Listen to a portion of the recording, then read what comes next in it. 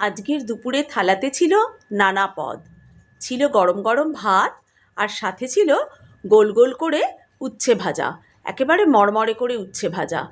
এর সাথে একটু কাসুন্দি দিয়ে খেতে যা লাগে, আমার কাছে ছিল না, আপনাদের কাছে চাইলে এটা একবার ট্রাই করবেন। আর ছিল লম্বা লম্বা করে বেগুন ভাজা। প্রতিদিন তো গোল গোল করে বেগুন ভাজি, আজ ভাবলাম একটু লম্বা লম্বা করে বেগুন ভাজি। তার সাথে ছিল মুসুর ডাল, মুসুর ডালটা একটু ঘন করে করেছি, ওপরে একটু পেঁয়াজের বেরেস্তা ছড়িয়ে দিয়েছিলাম। আর ছিল বাঁধাকপির ঘন্ট, আলু দিয়ে ধনেপাতা দিয়ে একদম বাঙালি মতে বাঁধাকপির ঘন্ট।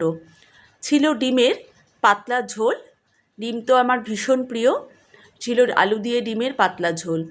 আর ছিল কাঁচা লঙ্কা বাটা দিয়ে মুরগির পাতলা ঝোল, আলু দিয়ে একদম বাঙালির যে মুরগির ঝোল হয় চিকেনের, সেই পাতলা ঝোল।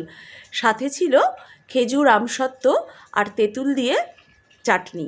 এই শেষ পাতে চাটনিটা কিন্তু সব খাবারের পরে একটা চরম তৃপ্তি এনে দেয়।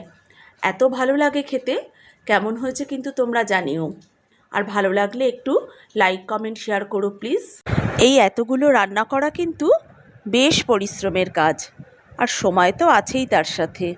কিন্তু যখন সাজিয়ে দিয়ে এই ভিডিওটা তোমাদের কাছে তুলে ধরি না, সব পদগুলো সাজিয়ে ধরে, তখন মনে হয় যেন পরিশ্রমটা সার্থক।